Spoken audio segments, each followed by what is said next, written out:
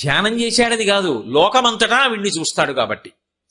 ఇప్పుడు ఆయన చీకటి పడింది, సంధ్యావందనం చేసుకుని గుళ్ళో మంటపంలో కూర్చున్నాడు. ఒరే మహారాజు గారు వస్తారా, నీ అసాధ్యం, మండిపోను, పౌర్ణం అన్నావు, చంద్రబింబం ఎక్కడి నుంచి చూపిస్తావురా, ఉత్తరించేస్తాడు రా, రాజని అందరూ బాధపడుతున్నారు. ఆయన అన్నాడు, నాకేం బాధ, నాకేది కనపడిందో అది చెప్పా, అమ్మవారి ముఖం కనపడుతోంది, పౌర్ణం అన్నాను. పౌర్ణమి చూపించి బతికిస్తే ఆవిడ, అమావాస్య బింబం చూపించి చంపేస్తే ఆవిడ, ఏది చేసినా ఆవిడ, ఆవిడ చేతిలో పనిముట్టుని, పడిపోయినా ఆవిడ పాదాల మీదే, నిలబడినా ఆవిడ పాదాల దగ్గరే, నాకేం బెగ్గలేదన్నాడు.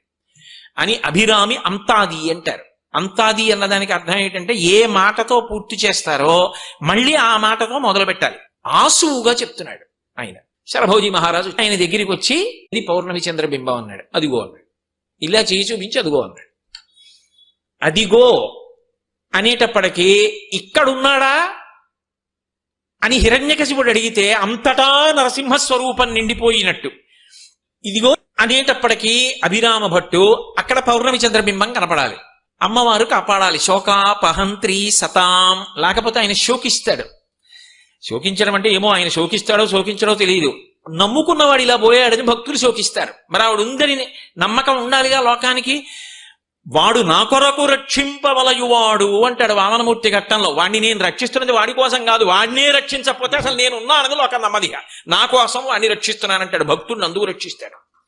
కాబట్టి ఇప్పుడు ఆవిడేం చేసింది, వెంటనే తన కుండలాన్ని తీసి ఆకాశంలోకి విసిరింది. ఆ కుండలం ఆకాశంలో పౌర్ణమి చంద్రబింబంలా ప్రకాశించింది. మహారాజు వెంటనే అభిరామ భట్టు పాదాల మీద పడ్డాడు. ఇది ఎక్కడుంది అభిరామి అంతాది అంటే, ఇప్పటికీ ఆ కాంచీపురంలో అమ్మవారికి ఉత్సవమూర్తి ఉండేటటువంటి మంటపం ఉంటుంది. ఆ ఉత్సవమూర్తి ఉండేటటువంటి మంటపం అరుగు మీద నిలబడితే ఎదురుగుండా కామాక్షి కనబడుతుంది. కొద్దిగా మీరు ఇలా పక్కకొచ్చి లోపలికి చూస్తే తపో కామాక్షి, ఒంటికాల మీద నిలబడి శివుడి కోసం తపస్సు చేస్తున్న తపో కామాక్షి కనపడుతుంది. ఇలా కుడి పక్కకి తల తిప్పితే ఉత్సవ కామాక్షి కనపడుతుంది. మీరు ఇలా వెనక్కి తిరిగి చూస్తే విమాన కామాక్షి కనబడుతుంది. మీరు ఇలా ఎడం పక్కకి తల తిప్పితే తుండీర మహారాజు కనబడతాడు. ఈ ఎడం పక్క నుంచి కొద్దిగా ఇలా తిప్పితే స్వర్ణ కామాక్షి కనబడుతుంది. స్వర్ణ కామాక్షి ఒకప్పుడు ఉండేది. శ్యామశాస్త్రి గారి యొక్క వంశంలో వాళ్ళు ఆవిడ్ని తంజావూరు తీసుకెళ్లిపోయారు. తంజావూరు అంటే ఒకప్పుడు రక్షించడం కోసం, ఆవిడ్ని రక్షించడం ఏమిటంటే అదో కథ. ఆమె మీద ప్రేమ కొద్దీ అక్కడికి తీసుకెళ్లి తంజావూరులో ఉంచేస్తే మహారాజు గారు తంజావూరులో స్వర్ణకామాక్షి దేవాలయం కట్టాడు. అయ్యో స్వర్ణకామాక్షి లేకుండా అయిపోయింది అని చంద్రశేఖరేంద్ర సరస్వతి మహాస్వామి వారు ఏం చేశారంటే మళ్ళీ స్వర్ణకామాక్షిని పెట్టకూడదని స్వర్ణ పాదుకలు, స్వర్ణ శ్రీచక్రం వేశారు. అన్నం పెట్టే అమ్మని నేనే అని చెప్పడానికి మీరు ఇలా కిందకొస్తే అన్నపూర్ణం ఉంటుంది. ఈ మధ్యలో రాజశ్యామల, బుద్ధి వైభవం నేనే, సరస్వతిగా వీణ వాయిస్తూ ఉంటుంది రాజశ్యామల. చిత్రం ఏంటంటే క్షేత్రపాలకుడు పూర్ణా పుష్కళాంబ సహిత అయ్యప్ప స్వామి. శ్రీకాంచీ నగరీ విహార రసిక. ఎందుకో తెలుసా, అక్కడ ఓ పెద్ద గమ్మత్తుంది. శోకాపహంత్రీ సతాం. ఆవిడ ఎంతమందిని అనుగ్రహించిందండి, ఒకరినా ఇద్దరినా. ఒకప్పుడు లక్ష్మీదేవిని అనుగ్రహించింది. ఇవన్నీ లీలలు. ఒకప్పుడు లక్ష్మీదేవి శ్రీ మహావిష్ణువు దగ్గరికి వెళ్ళింది. ఆయన కొంచెం నల్లగా ఉన్నట్టుగా అనిపించాడు ఆవిడికి. అనిపించి పక్కపక్క నవ్వి, ఏమి ఎందుకు నవ్వుతున్నావు అన్నాడు. ఏమిటో క్షీరాబ్ధి తనయని, నేనెక్కడ మీరెక్కడ, ఏమిటా నల్లటి రూపం అంది. ఆయన అన్నాడు, అబ్బో నీ అందం మీద నీకు అంత వ్యామోహం కలిగిందే, విరూపవైపో అన్నాడు. భయంకరమైనటువంటి రూపాన్ని పొందింది. పొందితే ఇప్పుడు నాకు శాప విమోచనం ఎక్కడవుతుంది అంది. కామాక్షిని వేడుకో అన్నాడు. కాంచీపురం వెళ్ళింది. అరూపలక్ష్మి అంటారు. ఇప్పటికే ఆవిడ వంక చూడడానికి భయం వేస్తుంది మనకి. నుదురు అది ఇలా ముడుచుకుపోయి చాలా వికారంగా ఉంటుంది అమ్మవారు. కామాక్షి దగ్గర పూజ చేసిన కుంకం ఇస్తే ఇంటికి వెంటనే తెచ్చుకోరు. ఆ కుంకం పట్టుకెళ్ళి ముందు అరూపలక్ష్మి మీద వేస్తారు. అరూపలక్ష్మి మీద ఆ కామాక్షి పరదేవతకి పూజ చేసిన కుంకం పడితే ఆవిడ మళ్ళీ స్వరూపలక్ష్మి అయింది. మా ఆవిడ ఇక్కడ మంచి రూపాన్ని పొందుతుందని దొంగచూపు చూస్తూ విష్ణువు యువతల వైపుకి నిలబడి ఉంటారు దేవాలయంలో. అందుకే కల్వర్స్వామి అంటారంటే దొంగచూపుల విష్ణువు. లక్ష్మీదేవి ఓహో కల్వర్ అంటే దొంగచూపులతో చూస్తున్నావా, నేను మళ్ళీ స్వరూపం పొందుతానని. అంటే లక్ష్మీదేవికి ప్రవర్తన తెలియదనే దాని ఉద్దేశ్యం కాదు, నువ్వు ఇలా ప్రవర్తించద్దని. ఇందాక కామాక్షంతో ఆవిడ అంతే. మనకి పాఠం చెప్పడానికి వాళ్ళు లీలలు చేసి చూపిస్తూ ఉంటారు, అంతవరకే ఆ సందేశం. అందుకే ఇప్పటికీ కామాక్షి కుంకం పట్టుకెళ్ళి అరూపలక్ష్మి మీద వేసి ఆ కుంకం తీసుకుని ప్రసాదంగా బొట్టు పెట్టుకుంటారు. అక్కడే ఇప్పటికీ ఆ నాభీ కేంద్రం ఉండేటటువంటి ప్రాంతమునకు దగ్గరగా, బిలాకాశం గురించి చెప్పాను కదా, స్తంభం ఉంటుంది, అందులో వేలు పెడితే మెత్తగా తగులుతుంది బొడ్డులా. అక్కడే సంతాన గణపతి ఉంటారు. యువతల వైపుకి వారాహి ఉంటుంది. ఒకనాడు ఆ తల్లి లక్ష్మీదేవిని అనుగ్రహించినటువంటి క్షేత్రం ఆ క్షేత్రం. కాబట్టి శోకాపహంత్రి సతాం, సత్పురుషులైనటువంటి వారిని అనుగ్రహించగలిగినటువంటి తల్లి ఎవరు అంటే కామాక్షి. అటువంటి తల్లి ఏకా పుణ్య పరంపరా పశుపతే రాకారిణి రాజతే అంటారు ముఖశంకరులు. ఏకా పుణ్య పరంపరా పశుపతే రాకారిణి రాజతే. ఇదో చమత్కారమైన మాట. ఆవిడ ఎవరు అంటే శంకరుడి యొక్క పుణ్యాల మూట అన్నారు. లోకంలో చూడండి, చాలా మంచి భర్త లభించాడు అనుకోండి ఒక స్త్రీకి, ఎంత పుణ్యం చేశావమ్మా, అటువంటి భర్తని పొందావు అంటారు. మంచి భార్య అనుకోండి, మంచి భార్య అంటే అనుకూలవతి అని నా ఉద్దేశ్యం. అనుకూలవతి నాదు మనసులో వర్తించు కులకాంతమదినంత కుందు నొక్కో అంటాడు అలసాని పెద్దన గారు మన చరిత్రలో. అలా అనుకూలవతి అనుకోండి, ఎంత అదృష్టవంతుడు అయా, అటువంటి భార్యని పొందావు అంటారు. మా ఆవిడ దగ్గరికి వెళ్ళి ఎంత తపస్సు చేశావమ్మా, అటువంటి భర్తని పొందావు అంటే ఆయనకి తగ్గదానివి అనడానికి మాత్రం నిన్ను పొగడడానికి లేదు సుమానేనా కాదా? అమ్మా మీ ఇద్దరు ఎటువంటి దంపతులమ్మా, ఒకరి కోసం ఒకరు పుట్టారమ్మా అన్నారనుకోండి, అది నిజమైనటువంటి ప్రశంస. అందుకే శంకరాచార్యులు వారి శివానంద లహరిలో చెప్తే పార్వతీదేవి అదృష్టం నువ్వు, నీ అదృష్టం ఆయన అనలేదు.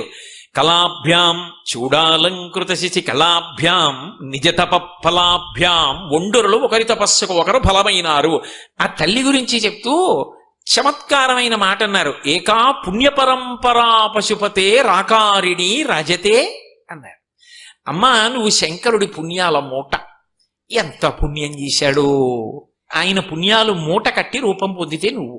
అందుకే మూకశంకరులు పక్కనే అన్నారు రాకారిణి రాజతే అన్నారు. అంటే అమ్మా ఆయన యొక్క నేనన్న రూపానివి నువ్వు. ఇప్పుడు వాళ్ళిద్దరు వేరా?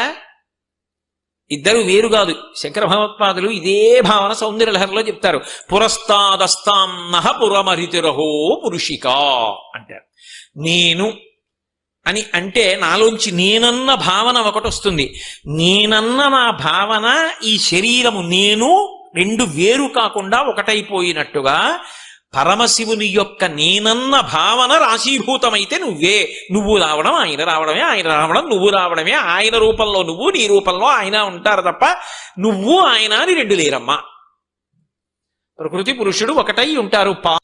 పాల తెల్లతనము వేరు చేయగలరా?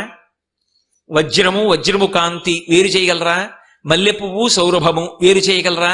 దీపము దీప ప్రభ వేరు చేయగలరా? కుదరదు. పార్వతీ పరమేశ్వరులంతే. ఒక కారు యొక్క వేగము రెండు విడివిడిగా ఉంటాయా? కారులో కూర్చుంటే వేగంగా వెడితే విశాఖపట్నం వస్తాను. కారు వేగము వేరు కానట్టు భగవంతుని శక్తి వేరుకవు రెండు ఒకటే. ఆయనే ఆవిడే ఆయన. కారు వేగము అన్నప్పుడు కారులో కూర్చుంటే కారు వెళ్లే వేగము, కారు ఒకటి కారు వేగం ఒకటి. వేగం ఎక్కండి చాలు, కారును వదిలేసినా పర్వాలేదు అంటారా? అలా అనరు. రెండూ ఒకటే అయినట్లుగా రాకారిణి రాజతే, ఆయనయైన నువ్వు నువ్వైన ఆయన, రెండు లేరు ఉన్నదొక్కటే. ఇది ఆ తత్వాన్ని చూడడంలో ఉన్నటువంటి పరిణతి. ప్రకృతి స్వరూపంగా ఆయనే ఉన్నాడమ్మా, ఇంకొకటి కాదు. కాబట్టి నువ్వు రావడం ఆయన రావడమే. ఇంకా కొంచెం కిందకి దిగి మాట్లాడాలి అంటే నువ్వు వస్తే ఆయన్ని తీసుకొస్తావు.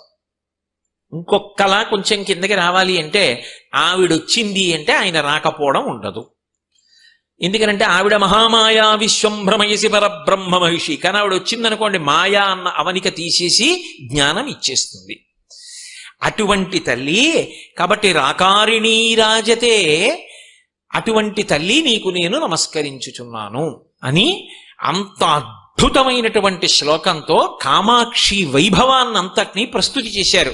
రాకాచంద్ర సమాన కాంతి వదనాన కాధిరాజస్తుత మూకానామపి కుర్వతి సురధునీ నీకాశవాగ్వైభవం శ్రీకాంచీ నగరీ విహార రసికా శోకాపహంత్రీ సతాం ఏకా పుణ్య పరంపరా పశుపతే రాకారిణి రాజతే. అయితే ఇందులో ఒక విశేషం ఉంటుంది. ఒక్కొక్క శ్లోకంలో అమ్మవారి తత్వాన్ని, అమ్మవారి బాహ్య రూపాన్ని, ఇన్నిటిని ఏకకాలంలో అందించడంలో పుట్టుకతో మూగవారైనటువంటి శంకరుల యొక్క ప్రజ్ఞ కన్నా ఆ పరదేవతయే తాంబూల ప్రసాదాన్నిచ్చి ఆయనలోకి ప్రవేశించి ఆయనలోంచి మాట్లాడి మనకి ఆవిడ తత్వాన్ని అందించింది. అందుకే మూక పంచశతిలో ఉన్నటువంటి ప్రతి శ్లోకాన్ని ఒక్కొక్క మంత్రంగానే చెప్తారు.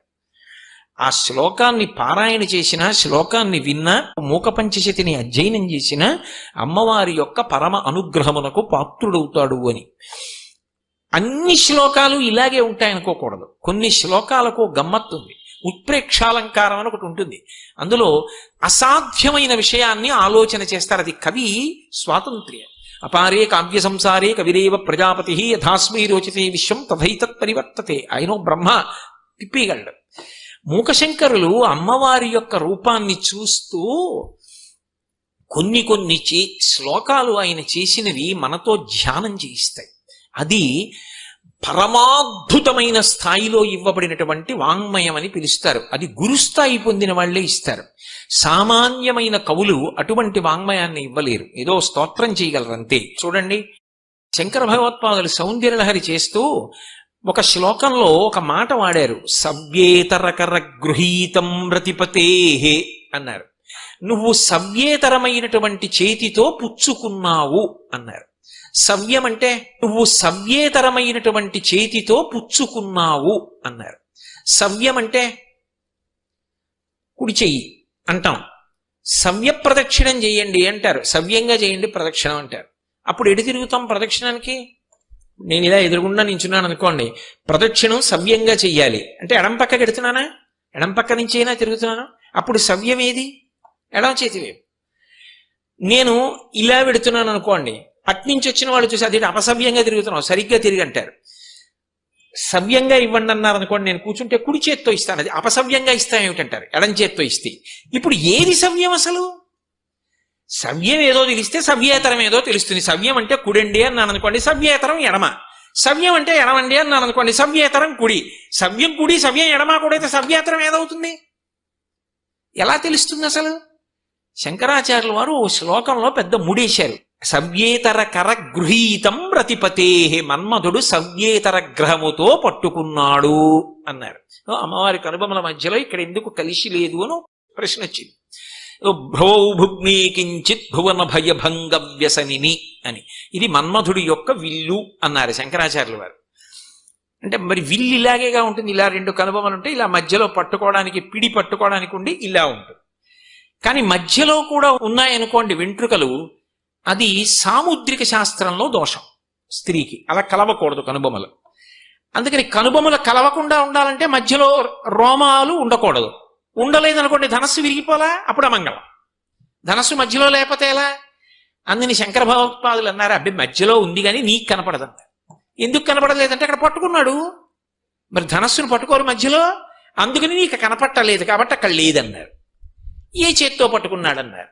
సవ్యేతర గృహీతం ప్రతిపతేహే, సవ్యం కాని చేత్తో పట్టుకున్నాడన్నారు.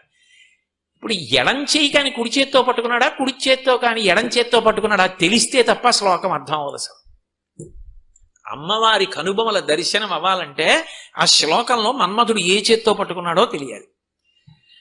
అది పెద్ద ముడేస్తే దాని మీద మీరు తల బద్దలు కొట్టుకుని ఎంతో ధ్యానం చేసి ఇలా పట్టుకుంటే ఏమవుతుందని మీరు ఎంతో తాపత్రయపడి శ్లోకాన్ని కింద నుంచి పైకి, పైకి నుంచి కిందకి చదివారనుకోండి, ఆఖరికి మీకు అర్థం అవుతుంది ఏ చేత్తో పట్టుకున్నాడు. అమ్మ నాకు ఇప్పుడు అర్థమైందండి అంటారు. ఎందుకో తెలుసా? మీకు అమ్మవారి కనుబొమలు ధనస్సు ఆకారంలో కనపడతాయి. అంటే మీరు అమ్మవారి కనుబొమల దర్శనం చేస్తారు. ఒక్కొక్క శ్లోకంలో ఒక్కొక్కలా బిగిస్తారు. బిగించి మీ చేత ధ్యానం చేయిస్తారు. మీ చేత అంటే మన చేత అని అన్వయం చేసుకోండి. మూకశంకరులు కూడా ఒక పరమాద్భుతమైనటువంటి శ్లోకం చేశారు. తామ్రాంభోజం జలద నికటే తత్ర బంధూక పుష్పం తస్మిన్మల్లీ కుసుమ సుషమాం తత్ర వీణానినాదం వ్యావృణ్వాన సుకృతలహరీ కాపి కాంచీనగర్యా ఐశానీశా కలయతి పరా ఐంద్రజాలం విలాసం అన్నారు ఆ శ్లోకంలో. కాంచీపురంలో ఉన్న ఒక స్త్రీ పెద్ద ఇంద్రజాలం చేసింది అన్నారు. ఇంద్రజాలం అంటే లేనిది ఉన్నట్టు ఉన్నది లేనట్టు చూపిస్తే ఇంద్రజాలం అంటారు. బీజస్యాంతరివంకురో జగదిదం ప్రాంగ్ నిర్వికల్పం పునః మాయా కల్పిత దేశకాల కలనా వైచిత్ర చిత్రీకృతం అని దక్షిణామూర్తి స్తోత్రంలో అన్నట్టే ఇంద్రజాలం చేస్తోంది కంచిలో. ఆవిడ ఎవరి గురించి చెప్తారు? మూకశంకరులు కామాక్షి గురించి. ఏమిటి ఆయన ఇచ్చినటువంటి మనం ఆలోచన చేయవలసింది అంటే తామ్రాంభోజం జలద నికటే. జలద నికటే అంటే నీటిని కలిగి ఉన్నటువంటి నల్లటి మబ్బు. ఒక నల్లటి మబ్బు ఉందిట. మబ్బు ఎక్కడ ఉంటుంది? భూమి మీద ఉంటుందా ఆకాశంలో ఉంటుందా? ఆకాశంలో ఉంటుంది. జలద నికటే తామ్రాంభోజం, ఎర్రటి తామర పువ్వు ఒకటి ఉందిట. అసలు సాధ్యమా? సూర్యుడు ప్రకాశిస్తున్నాడు అనుకోండి, తామర పువ్వు వికసిస్తుంది. అంభోజం, పద్మం, ఇవన్నీ కమలం, ఇవన్నీ కూడా పర్యాయ పదాలు. సూర్యకిరణముల చేత వికసనమును పొందుతుంది. తామ్రాంభోజం జలద నికటే, భూమి మీద కాకుండా ఆకాశంలో నల్లమబ్బును చూసి నల్లమబ్బు దగ్గర తామర పువ్వు పూస్తుందా? అది ఎర్ర తామర పువ్వు పూసింది.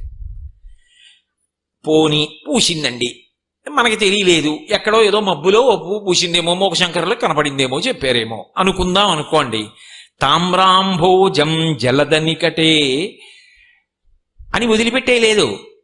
అక్కడ ఇంకొక విచిత్రం జరిగిందిట. అందులో మళ్ళీ ఆ ఎర్రటి తామర పువ్వులో ఇంకొక మంకెన పువ్వు పుట్టిందిట. మంకెన పువ్వు అంటే వేగి పువ్వు గురించి మాట్లాడుతున్నారు మూకశంకరులు. ఎర్రగా ఉన్నటువంటి ఇంకొక పువ్వు పుట్టిందిట. అందులో తస్మిన్ మల్లి కుసుమ సుషమాం. సుషమా అంటే తెల్లటి కాంతి. ఆ ఎర్రటి పువ్వులో, తామర పువ్వులో ఇంకొక ఎర్రటి పువ్వు పుట్టిందిట. ఆ పువ్వులో ఇంకొక మల్లె పువ్వు పుట్టిందిట. అసలు అలా ఎలా పుడతాయండి? నల్ల మబ్బులో ఎర్ర తామర పుడుతుందా? ఎర్ర తామర పువ్వులో మంకిన పువ్వు వచ్చిందా? మంకిన పువ్వులో మల్లె పువ్వు వచ్చిందా? మల్లె పువ్వులోంచి ఏం రావాలి? సువాసన రావాలి. తత్ర మల్లీ కుసుమ సుషమా తత్ర వీణానినాదం. ఆ మల్లె పువ్వు కనపడి మల్లె పువ్వు సౌరభం సువాసన రావడం కాదుట, అక్కడ ఆ మల్లె పువ్వులోంచి వీణానినాదం, వీణావాద్యం వినపడుతోందిట. ఏమిటి అసలు అది? పూర్వం పొడుపు కథలు అడిగేవారు. భూలోకం మీద స్వర్ణలోకం, స్వర్ణలోకంలో ముత్యాలు, ముత్యాల్లో 5 అప్సరసలు నాట్యం ఆడుతున్నారు అని ఎవరు మా చిన్నతనంలో. ఏమిటి అంటే ఏదో భూమి, భూమి మీద బంగారు కంచం, కంచంలో అన్నం పెట్టారు, అన్నంలో 5 వేళ్లతో కలుపుకుంటున్నాడు. ఇదే నేను అడిగింది పొడుపు కథ అని. ఇది శంకరాచార్యులు వారు ఎవరు అనుకుంటున్నారు నేను అడిగింది అని ఆలోచించడానికి ఒక చిన్న పరిష్కారం ఇచ్చారు. ఐశానీషా కలయతితరామ ఇంద్రజాలం విలాసం. ఈశానుడు పరమశివుని యొక్క ఇల్లాలు ఒక్కతే ఉంది ఆ కాంచీపురంలో. ఆమె ఇంద్రజాలం చేస్తోంది. లేనిది ఉన్నట్టు, ఉన్నది లేనట్టు చూపిస్తోంది మనకి. అదేమిటో మీరు ఆలోచించండి అన్నారు. ఆయన ఆలోచించండి అని ప్రకటనంగా చెప్పలేదు. అదేదో రాత్రి నిద్రపట్టకపోతే కూర్చుని రాసిన శ్లోకాలు కావు. అమ్మవారి వంక చూస్తూ చెప్పిన శ్లోకాలు అవి. అమ్మవారిని చూస్తూ చేసిన ఉత్ప్రేక్ష ఆవిడ పట్ల.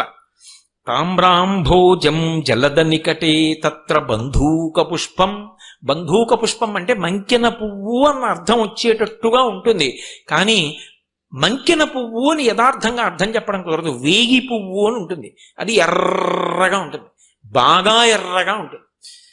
అదే ఎర్ర తామర అనుకోండి, పూర్తిగా ఎర్రగా రక్తం రంగులో ఉండదు, ఎరుపు తెలుపులతో ఉంటుంది. మీరు ఎప్పుడైనా ఎర్ర తామర దగ్గర పెట్టుకు చూస్తే దాని రేకుల యొక్క మొదలు భాగంలో తెలుపు ఉంటుంది. దగ్గరగా పెట్టుకుని మీరు పరిశీలనం చేస్తే భాగవతంలో చెప్తారే, జలజాంత స్థిత కర్ణికం తిరిగిరా సంఘంబులయ్యున్న రేకులు సంతంబన కృష్ణునిందిరిగిరా కూర్చుండి వీక్షించుచున్నట్టుగా రేకులు దుద్దు చుట్టూ ఉంటాయి. పైకి ఎర్రగా ఉంటాయి, మొదట్లో తెల్లగా ఉంటాయి. అందుకని పూర్తిగా ఎర్రగా రక్తం రంగులో ఉన్నాయి, కుంకం రంగులో ఉన్నాయని చెప్పడం కుదరదు. కాబట్టి అందులో బాగా ఎర్రగా ఉన్నది ఒకటి ఉందనుకోండి, తెలుస్తుంది ఈ పువ్వులో ఈ పువ్వు ఉందని తెలుస్తుంది. వేగి పువ్వు చిన్నది ఉంటుంది, కానీ నిప్పు ఎలా ఉంటుందో, కుంకం ఎలా ఉంటుందో, రక్తం ఎలా ఉంటుందో అంత ఎర్రగా ఉంటుంది. తామ్రాంభోజం జలద నికటే. నల్లటి మబ్బుట, నల్లటి మబ్బులో ఎర్రటి తామర పువ్వు పూసిందిట. అసలు అసంభవం. పోని పూసింది. తత్ర బంధూక పుష్పం. అందులో మళ్ళీ ఎర్రటి వేగి పువ్వు పూసిందిట. అసలు అలా ఎలా పూస్తాయండి? తామర పూలు వేగి పూలు పూస్తాయా? ఒక్కనాటికి పుయ్యవు. పోని పూసింది. తత్ర బంధూక పుష్పం తస్మిన్ మల్లీ కుసుమ సుషమాం. వీటి రెండింటికి కాంతి లేదుట, అంత కాంతి ప్రసరించట్లేదుట. అలా ఎలా ఉంటుంది? పోని తామర పువ్వుకి అంత కాంతి లేదండి ఒప్పుకున్నాం, అంత ఎరుపు కాదు కాబట్టి. వేగి పువ్వు ఎర్రగా ఉందంటే ఎర్ర కాంతి ఉందిగా, కాదుట. ఈ లేత ఎరుపు మీద అంత గాఢమైన ఎరుపు పెట్టి ఆ ఎర్రటి వేగి పువ్వులో తెల్లటి మల్లె పువ్వు పెడితే దాని కాంతి తెలుస్తోందట, బాగా కాంతి వస్తోందట. సుషమా, అది సుషమా అన్న మాటకి అర్థం వెన్నెల వంటి కాంతి, చల్లటి కాంతి వస్తోందట. మల్లె పువ్వులో నిజంగానే మరి తెల్లటి కాంతి వస్తూ ఉంటుంది కదూ. తస్మిన్ మల్లీ కుసుమ సుషమాం. అబ్బా ఎంత మంచి వాసనం అని దగ్గరికి ఎడితే ఆ మల్లె పువ్వులలోంచి తత్ర వీణా నినాదం, వీణ యొక్క గానము అంటే దాని యొక్క రవము, శబ్దము వినపడుతోందట. దీనికి నేను ఆశ్చర్యపోయాను. ఇంద్రజాలం ప్రకటించింది అమ్మవారు అన్నారు. ఏమిటి ఆ శ్లోకం? ఆవిడెవరో ఆయన ఎక్కడా ఇంక ఏమీ చెప్పలేదు. ఐశానీషా, ఆమె పరమశివుని యొక్క ఇల్లాలు, ఈశాన్యుని యొక్క ఇల్లాలు కాంచీపురంలో ఉందయా, అదిగో ఆ తల్లి నాకు ఇలా కనపడుతోంది అన్నారు. అయితే దీన్ని మీరు రేపు ఆలోచించి రండి అని నేను అన్నాను అనుకోండి. రేపు సాయంకాలం 6:30 వరకు మీరు దీని గురించి బాగా ఆలోచించారనుకోండి. ఒకవేళ మీరు దీనికి జవాబు పట్టుకోవచ్చు, పట్టుకోకపోవచ్చు, అది వేరు విషయం.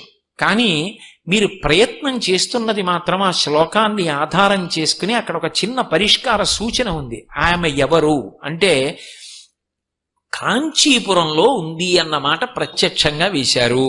ఐశానీషా కలయతితరా అన్నారు కాబట్టి పరమశివుని ఇల్లాలు కాబట్టి ఆవిడెవరు? కామాక్షి.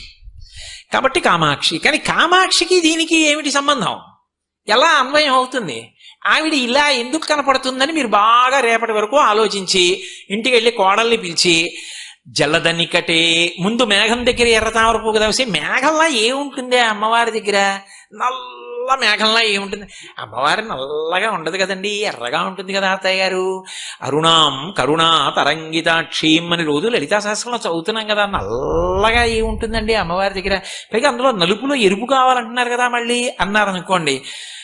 కోడలు కాసేపు ఆలోచించి అత్తయ్య గారు కొప్పు అయి ఉంటుందండి, నల్లగా ఉంటుంది కదా అందనుకోండి. అవునే బానే ఉంది, జలదనికటే కొప్పు. మరి తామ్రాంభోజం జలదనికటే, ఆ నల్ల కొప్పులో ఎర్రటి తోటి ఉంది, తామర పువ్వు పెట్టుకుని ఉంటుంది అత్తయ్య గారు కొప్పులో. ఆ బాగుంది, పోని కరెక్టే, ఒప్పుకున్నాను, నిజమేనే కొప్పు. ఇప్పుడు మీరేమైంది? కొప్పు కనపడుతుంది మీకు, కొప్పులో ఆవిడ ఎర్ర తామర పువ్వు పెట్టుకున్నట్టు మీకు కనపడుతుందా? కనపడదా? ఆ తర్వాత ఏమన్నారండి అంటే తామ్రాంభోజం జలద నికటే తత్ర బంధూక పుష్పం. ఆ ఎర్ర తామరలో ఇంకో ఎర్ర వేగి పువ్వు ఏమిటో కుంకంలా ఉంటుందిట, రక్తంలా ఉంటుంది, ఎర్రగా చిన్న పువ్వు ఉంటుందిట. ఆ పువ్వు ఉంది అన్నాడే. అదేమిటండి తెల్లగా పోనీ కొప్పులో ఎర్ర తామర పువ్వు పెట్టుకుంటుంది కానీ అందులో మళ్ళీ చిన్న పువ్వు పెట్టుకోవడం ఏంటండి? అలా ఎలా కుదురుతుందండి అని రాత్రి 10 వరకో 10:30 వరకో ఇద్దరు కూర్చుని ఆలోచించి కాసేపు బొమ్మేసి ఇలా పెడతారా అలా పెడతారా, అందులో ఏమైనా పగడం పెట్టుకుందా, పువ్వులో పగడం ఎందుకు పెడుతుందే అని ఇద్దరు చర్చించి సరే ఇంక రేపు పొద్దున్న 5ంటికి లేచి కాసేపు ఆలోచిద్దాం, బ్రాహ్మీ ముహూర్తంలో బుర్ర బాగా పనిచేస్తుందని పడుకున్నారు అనుకోండి. మీరు తపస్సు చేశారా లేదా? ధ్యానం చేశారా లేదా? అది గురుస్థాయి ఆచార్య స్థాయిలో ఉన్నటువంటి మహాపురుషుల యొక్క కవిత్వం. కాబట్టి తత్ర బంధూక పుష్పం తస్మిన్ మల్లీ కుసుమ సుషమాం తత్ర వీణా నినాదం. అందులో మళ్ళీ పువ్వుదిట 11 అయినా తేలదు.